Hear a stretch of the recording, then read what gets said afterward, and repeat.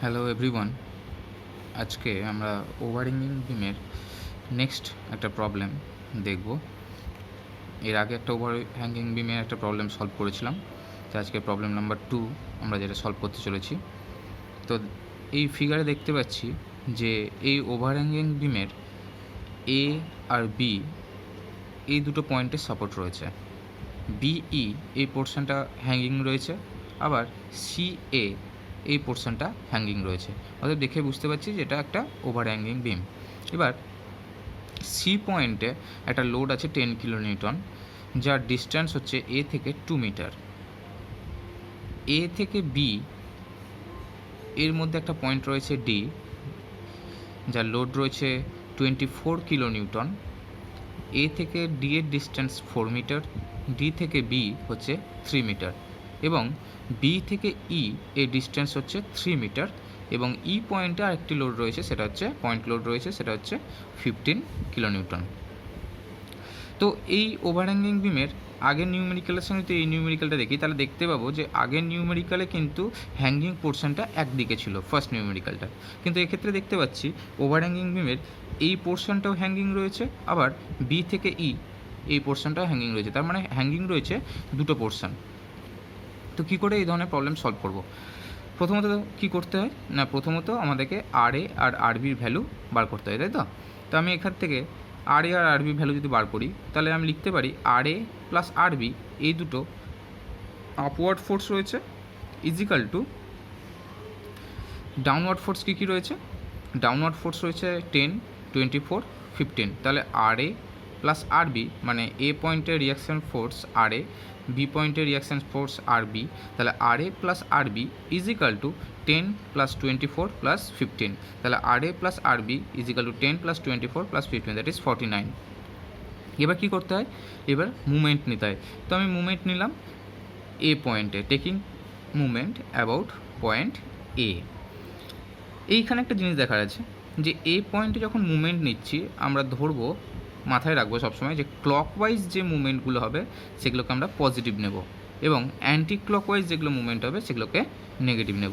তাহলে আমি ধরে যদি নিই যে এ পয়েন্টে যদি মুভমেন্ট নিচ্ছি, তার মানে এ পয়েন্টের সাপেক্ষে যদি এই ফোর্সটা দেখি, ই পয়েন্টের ফোর্সটা, তাহলে এর মুভমেন্টটা পজিটিভ না নেগেটিভ কী করে বুঝবো? ক্লকওয়াইজ দেখবো। তাহলে এ পয়েন্টে সাপোর্ট রয়েছে, আমি যদি ধরি এ পয়েন্টে সাপোর্ট রয়েছে, ই পয়েন্টে ফোর্স অ্যাপ্লাই করছি, সেটা ডাউনওয়ার্ড ফোর্স। এবার ডাউনওয়ার্ড ফোর্স হলে কী হবে? এই ফোর্সটা, ডাউনওয়ার্ড ফোর্সটা কী করবে? এটাকে, এই বিমটাকে এইভাবে ঘোরাতে চাইবে। তার মানে আমি দেখতে পাচ্ছি ক্লকওয়াইজ। আবার এ পয়েন্ট সাপেক্ষে যদি বিটা দেখি, বি পয়েন্টের ফোর্স, এই যে রিয়াকশান ফোর্স রয়েছে, তাহলে এই ফোর্সটা কী চাইবে? এই ফোর্সটা এদিকে ঘোরাতে চাইবে, মানে অ্যান্টি ক্লকওয়াইজ। এ পয়েন্টে ফিক্সড রেখে যদি ই পয়েন্টের ফোর্সটা দেখি, তাহলে দেখতে পাচ্ছি যেটা ক্লকওয়াইজ ঘোরাতে যাবে, কারণ ফোর্সটা হচ্ছে ডাউনওয়ার্ড ফোর্স অ্যাপ্লাই করছি, ঘোরাতে যাবে বিমটাকে। আবার এ পয়েন্ট সাপেক্ষে যদি বিটা দেখি, তাহলে এই ফোর্সটা, বি পয়েন্টের ফোর্সটা নিশ্চয়ই আপওয়ার্ড রয়েছে, তাহলে এ কী চাইবে? বি পয়েন্টের ফোর্সটা এইভাবে ঘোরাতে, মানে অ্যান্টি ক্লকওয়াইজ ঘোরাচ্ছে। আবার ডি পয়েন্টের ফোর্সটা যদি দেখি, যে এ পয়েন্ট সাপেক্ষে ডি পয়েন্টের ফোর্সটা এ চাইছে কি না বিমটাকে এদিকে ঘোরাতে, কারণ ডিটা হচ্ছে ডাউনওয়ার্ড ফোর্স, তাহলে এ থেকে এদিকে ঘোরাতে চাইছে। তাহলে এক্ষেত্রে এই তিনটে ফোর্সের মধ্যে ক্লকওয়াইজ কোনটা পেলাম? ক্লকওয়াইজ পেলাম হচ্ছে এ পয়েন্ট সাপেক্ষে যদি ডি দেখি এদিকে ঘোরাচ্ছে, তার মানে ক্লকওয়াইজ। এ থেকে যদি ই দেখি ঘোরাতে চাইছে এদিকে, তার মানে হচ্ছে ক্লকওয়াইজ। ডিটা হচ্ছে অ্যান্টি ক্লকওয়াইজ। আবার এবার লেফট হ্যান্ড সাইডেরটা দেখি, এ সাপোর্ট রয়েছে, সি পয়েন্টে যে ফোর্সটা আছে ডাউনওয়ার্ড রয়েছে, তার মানে আমি যদি ফোর্সটা এইভাবে অ্যাপ্লাই করেছি এ পয়েন্ট সাপেক্ষে, তাহলে কী হচ্ছে? এই ফোর্সটা এইভাবে ঘোরাতে চাইছে, তার মানে এইভাবে ঘুরছে মানে কি? এইভাবে ঘুরছে মানে কি? Anti clockwise.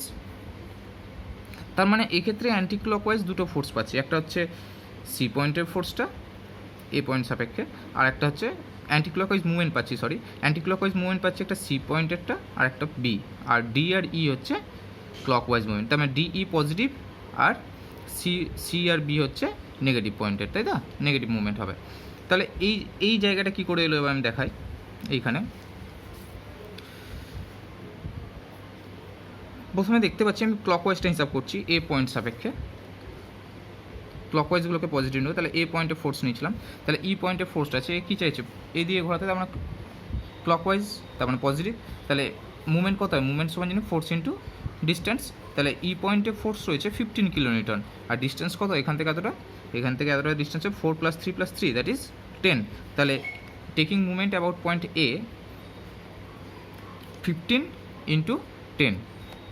আর একটা কী পাচ্ছি, ক্লকওয়াইজটা আমি হিসাব করছি, ডি পয়েন্টের যে মুভমেন্টটা পাচ্ছি সেটা ক্লকওয়াইজ, তাহলে 24 × 4, তাহলে এই দুটো হচ্ছে পজিটিভ।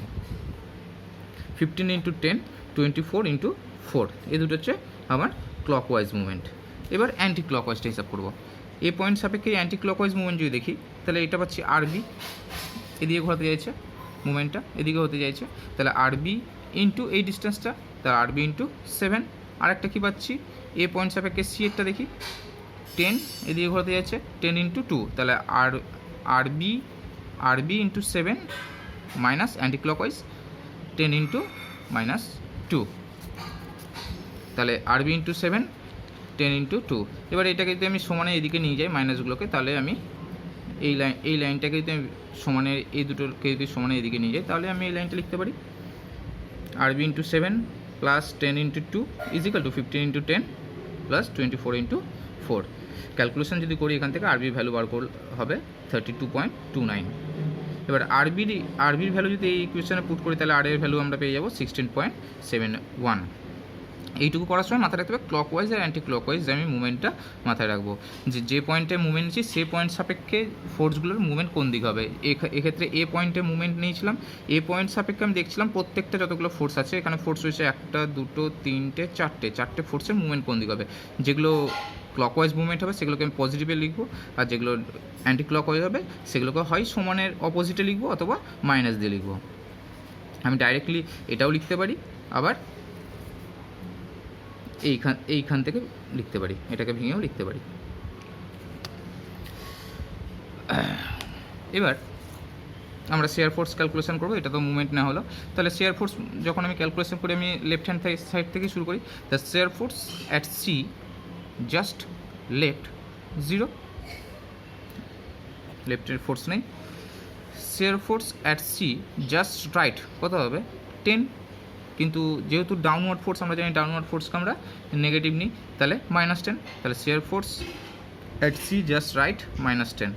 এরপরে হচ্ছে এ পয়েন্টে shear force at A just left কত হবে, সি আর এর মধ্যে আর কোনো ফোর্স নেই, তাহলে সি এর রাইটে যা ছিল এ লেফটেও তাই হবে, তার মানে -10।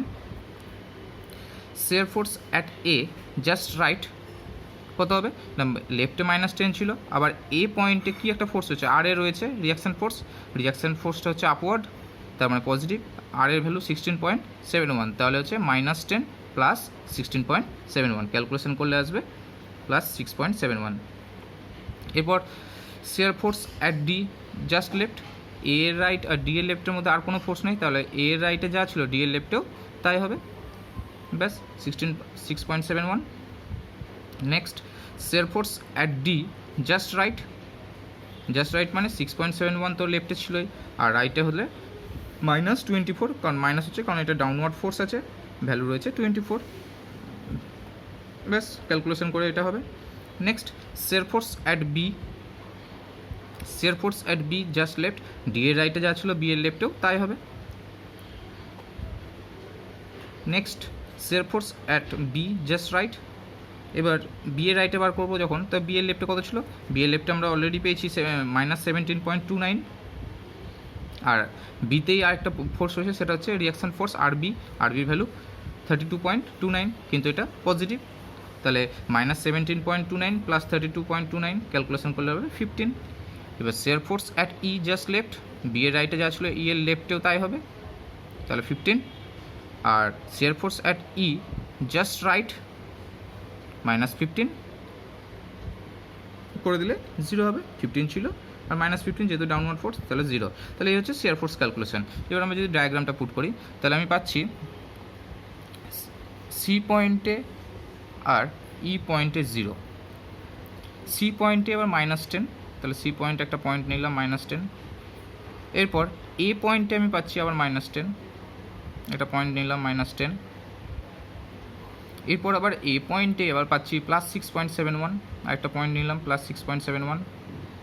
এরপর ডি পয়েন্টে আবার একটা পয়েন্ট পাচ্ছি 6.71, আবার ডি পয়েন্টে ভ্যালু পাচ্ছি -17.29, এটা আমার ডি পয়েন্ট, এটা হচ্ছে এ পয়েন্ট। এরপর বি পয়েন্টে ভ্যালু পাচ্ছি আমি, বি পয়েন্টে ভ্যালু পেয়েছি 17.29 মাইনাস, তাহলে বি পয়েন্টে একটা ভ্যালু এখানে 17.29 ছিল, এখানেও 17.29 একটা পয়েন্ট নিলাম।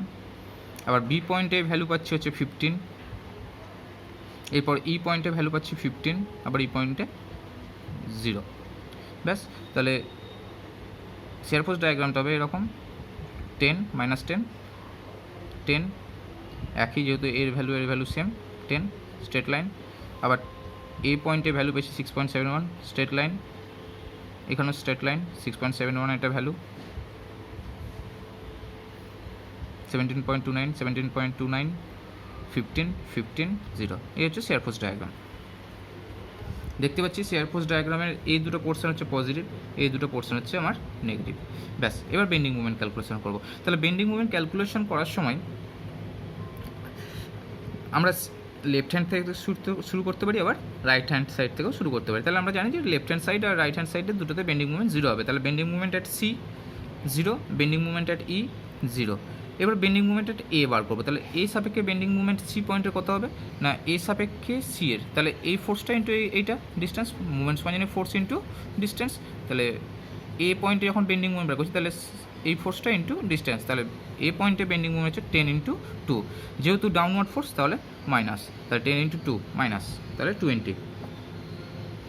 Next bending movement at D, bending movement at D যখন বার করবো তখন এক্ষেত্রে পাচ্ছি এই ফোর্সটাও পাবো, এই ফোর্সটা পাবো ক্যালকুলেশন। তাহলে ডি পয়েন্টে বেন্ডিং মুভমেন্ট বার করছি 10 × এই টোটাল ডিস্টেন্সটা, তাহলে 10 × 6, এটা মাইনাস হবে কারণ ডাউনওয়ার্ড। আরেকটা পাচ্ছি এই ফোর্সটা আর এ × 4, আর এর ভ্যালু তো জানি 16.71 পজিটিভ × 4, তাহলে ক্যালকুলেশন করলে হবে -10 × 6 ডাউনওয়ার্ড ফোর্সটার জন্য, আর 16.71 হচ্ছে না আর এর জন্য × 4, ক্যালকুলেশন যদি করি 6.87।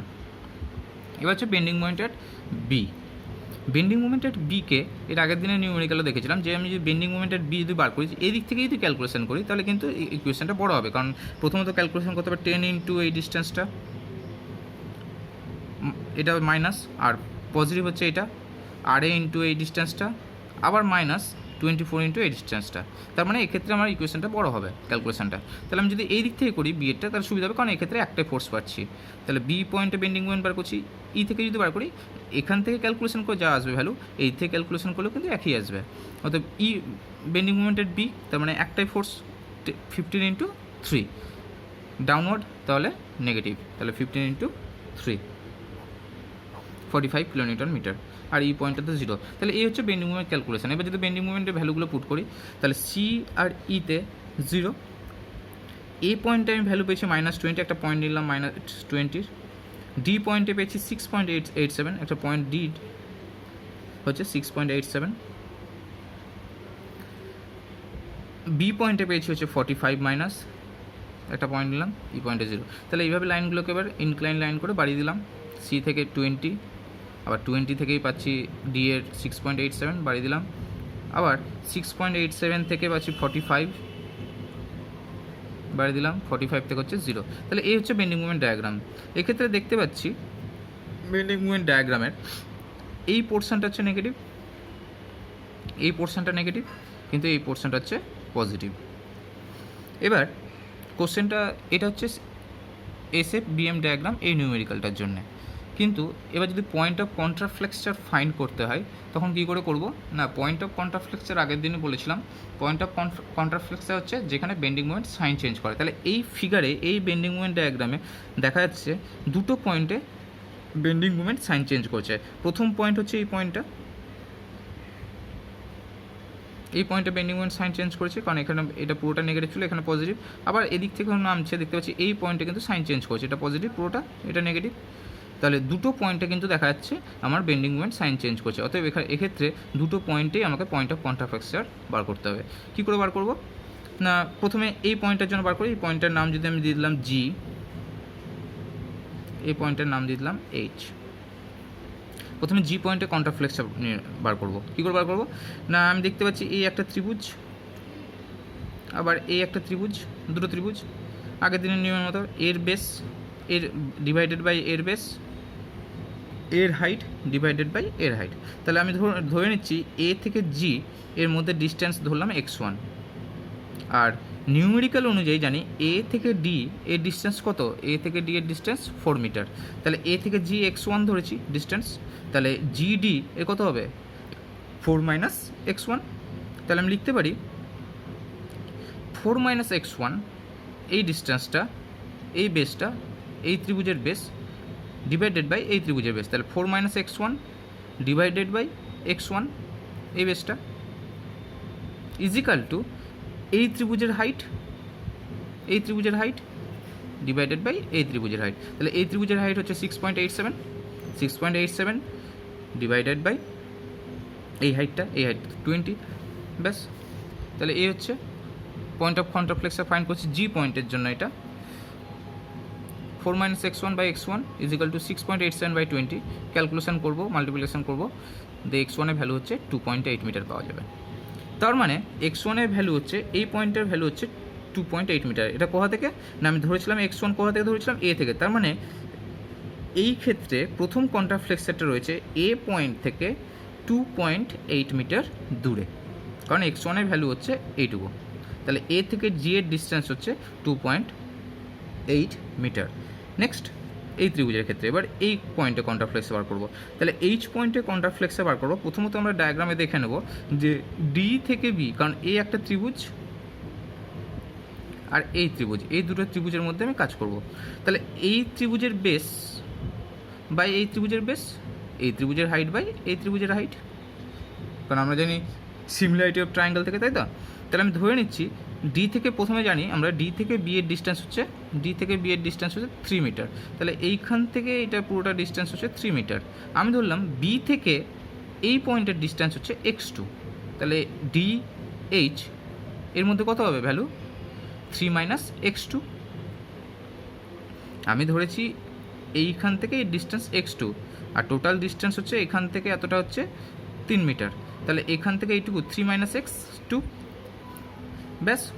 তাহলে আমি এবার যদি সিমিলারিটি দিয়ে করি, তাহলে x2 divided by 3 minus x2 is equal to 45 এর হাইট বাই এর হাইট, 45 ডিভাইডেড বাই এর হাইট 6.87, ব্যাস। তাহলে x2 divided by 3 minus x2 45 divided by 6.87। এখান থেকে ক্যালকুলেশন যদি করি x2 ভ্যালু পাচ্ছি আমি 2.6 মিটার। তার মানে x2 ভ্যালু হচ্ছে 2.6 মিটার। এটা কোথা থেকে না, বি থেকে। তাহলে বি থেকে 2.6 মিটার দূরে রয়েছে আমার এই পয়েন্টে কন্ট্রাফ্লেক্সার। তাহলে এই হচ্ছে এই নিউমেরিক্যালের দুটো পয়েন্টে কন্ট্রাফ্লেক্সার ফাইন্ড করার প্রসেস। নিউমেরিক্যালটা বাড়িতে প্র্যাকটিস করতে হবে, তাহলে ক্লিয়ার হয়ে যাবে আরও ভালোভাবে। আর প্রবলেম হলে আমাকে জানাবি। ওকে, থ্যাংক ইউ।